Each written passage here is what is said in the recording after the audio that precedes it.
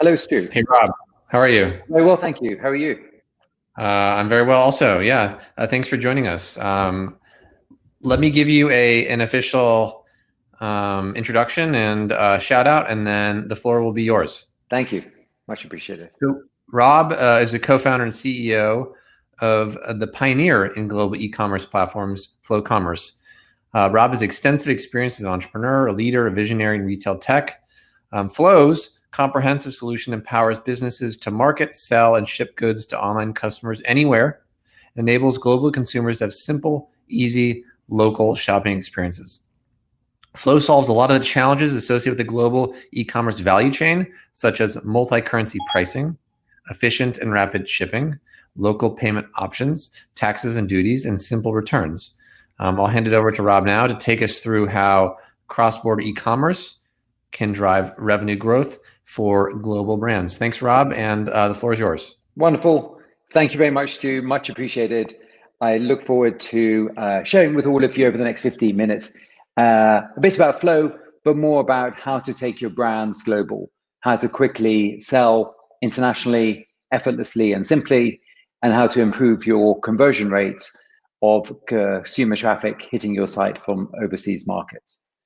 Hopefully you can all see my screen and a colorful picture of the globe presented here. First question I think we would love to share with you is why go global in the first place? We see brands doing this for one of five different reasons. And before we get into that, maybe answer the question, is buying cross-border a thing, or is there something that will play out over the next few years or longer? And the answer, as you can see from the data on the right, is it is a thing today. The majority, 2/3 or more of consumers purchase cross-border outside of their domestic market in some major countries. So you can see Australia, Canada, France, Germany, UK, China, US, 2/3 or more of those consumers on average purchase freely cross-border. By freely, I mean willingly and frequently. So it's an enormous opportunity for us brands to be able to reach those willing consumers who are probably in the same or similar demographics to our domestic ones, and make sure that they are purchasing, especially if they're already finding our site, let alone if you have to acquire them. First reason why this is happening is brands are found through search, and particularly with mobile commerce, it's so easy to find brands, whether you intended to or not, online in markets other than your own. 2 and 3, social media and celebrities mentioning brands and influencers referencing brands, they do that all without reference to where the brand is. So your brand may be US based, but influencers in the UK, celebrities in Canada, social media followers all over the world may be referencing your brand, and that's driving traffic to your site, creating an enormous opportunity to convert that free traffic. Similarly, cost of customer acquisition, as you look into it, the reason why you may want to go global is there are plenty of markets where acquiring your demographic of customer is far cheaper than it is in your domestic market. And now with Flow and with global distribution, it's easy to reach those consumers wherever they are. And 5, many brands come to us and say, we've already got some international channels of distribution. We use franchises or channels or wholesale markets. And so there is brand awareness internationally, or we're affiliated with celebrities and other social reasons for social followings. We should be selling to them more actively because we're already driving that traffic. So for those and many more reasons, brands of all shapes and sizes, certainly fast growing ones, certainly digital native ones, certainly brands with a global presence, should be thinking about how do we better convert our international site traffic. Today, in a COVID world, there's an enormous opportunity in particular to capitalize on this selling globally. One is a lot of us are looking for revenue that may have been lost due to bricks and mortar. And as we've hopefully all noticed by now, digital is a great opportunity for that. Traffic is moving online, And it is what Flow can provide is an opportunity to convert that traffic at a higher rate than you're currently getting, which may well be poor because international site traffic, unless the site experience is good, converts at a poor rate. Two, many products and categories are performing very well internationally. On average, all of our clients are up on where they were 4 months ago because categories are in demand as long as the customer experience is strong internationally. And three, one of the lessons I think over the past 3 months is to be geographically diversified. That if you're singularly threaded on the domestic market, say here in the US, what's happening in the US market with COVID or in the economy is going to have an enormous impact on your business. Whereas if you sell into many markets globally, you're offsetting that risk because those markets may not be suffering in the same way.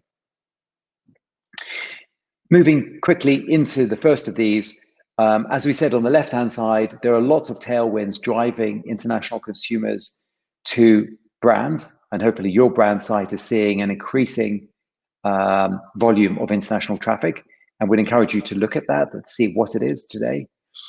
On average, that's about 34%. So for US brands, 34%, about a third of their site traffic is now from outside of their domestic market, which is enormous growth from where it was a few years ago. And yet, strangely, only 6% of their sales comes from international sources. So there's a big gap between traffic that's hitting your site, often free, they've found your site, but not converting. And closing that gap, trying to make sure that 34% or close to 34% of your sales ends up coming from international sources should be the goal. Making sure the conversion rate for international site traffic is as good or close to as good as domestic, rather than a tiny fraction of what your domestic conversion rate is. And as to why that's the case, it's those reasons on the right and more. It's issues of local currency not being displayed, or even if it's displayed, not being charged on your credit card. It's issues of duty and taxes not being clear or not being shown at all. And then we have the awful shopping experience of a carrier, FedEx, turning up on your doorstep saying, you need to pay $50, 30 euros, 70 Singaporean dollars because duties and taxes weren't paid on the site. And then that's an awful shopping experience for any of us who have done that, because now when it's happened to me, an unknown amount is being charged, which I wasn't aware of when I first bought the product, and I'm having to whip out a credit card or worse to accept the goods on the doorstep. So that leads to a very poor shopping experience, very poor repeat purchase rates, and often leads to an immediate refusal and the product needing to be returned. For international shipping can be expensive and slow. That leads to poor conversion rates. Payment methods being limited. If you're not offering digital wallets, you're not offering post-financing payment options like Klarna or Afterpay, or local payment methods. In Germany, Sofort and SEPA are the prominent ones, and if you don't offer those, you may get very poor conversion rates. Checkout language is important because of the complexity there and issues around customer service, returns, and refunds. All of these act as points of friction as to why consumers don't purchase cross-border and why on average they're purchasing at a rate of 6% instead of 34%. Flow exists to remove the points of friction, and in fact that's the genesis behind why we're called Flow, is to ensure that your trade is flowing globally and not hitting many points of obstacles and points of friction, such as the ones that most brands experience without Flow today. So what we do at Flow is address each of those pain points.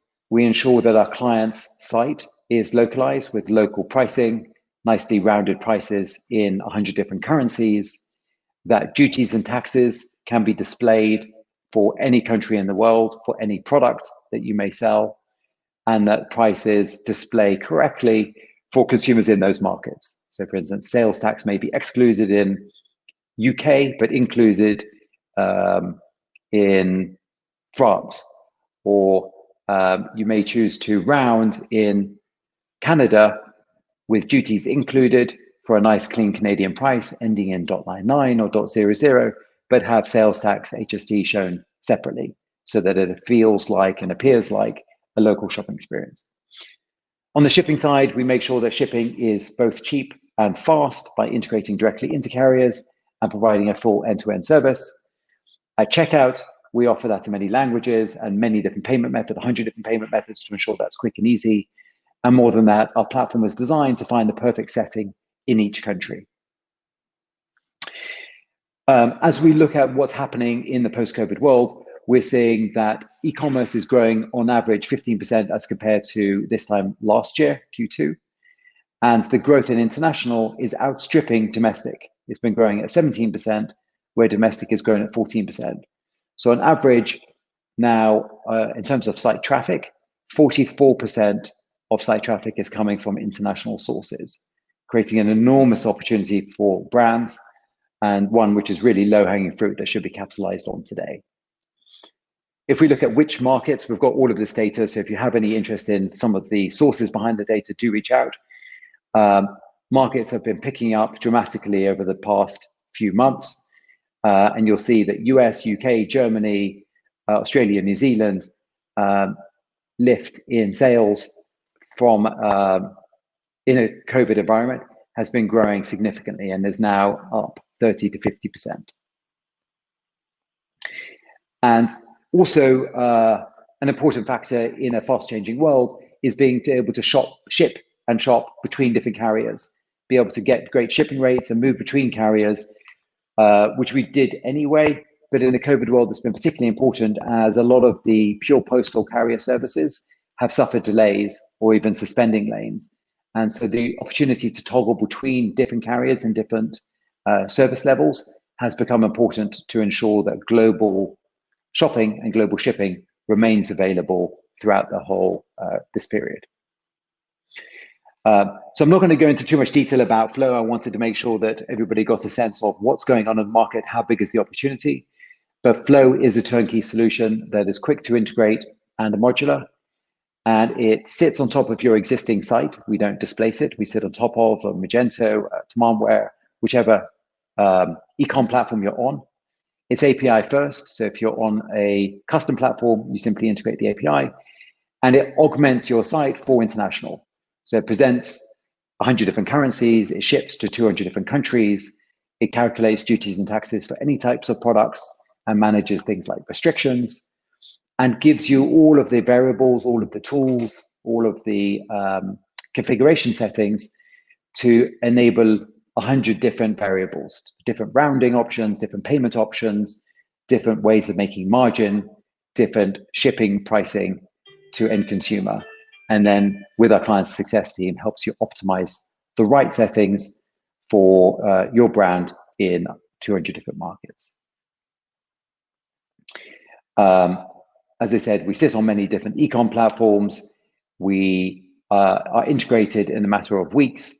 And after that, all of the controls you would need are directly through console. There's no integration necessary. So the idea is quick and simple access to 200 markets, capitalize on the site traffic that's already hitting your site, even before you think about marketing globally, and start to convert those international site traffic visitors into paying customers at a much higher rate. And by virtue of improving the customer experience, enable a much better lifetime value and repeat purchase rate for your international customers, instead of them being an afterthought by simply having shipping being enabled for international. We have many customers at Flow, all kinds of different shapes and sizes. We to reach out, we'll share with you many case studies of traditional brands, digital native brands, huge global brands, and starting out fast growing brands, all having an enormous success on Flow, and giving them the opportunity to reach an international customer base and convert their customers at a much higher rate than they did previously. With that, let me hand over back to Stu and elicit any questions that may be asked. Rob, thank you. Answered a bunch of my questions in the last few slides, but I may dig into a few of them further. So the first question is around the value proposition. So you highlighted in the status quo, it was 34% international traffic. It looks like it's increasing above 40 now. but that only 6% was converting. Can you talk a little bit about across like, your portfolio or, on average, what does the, the flow state look like? So status quo, 6%. What does it look like with flow? Absolutely. So what happens with flow is, you're quite right, it's increased from 34% to now over 40%. Post-integration, the site experience feels localized very quickly.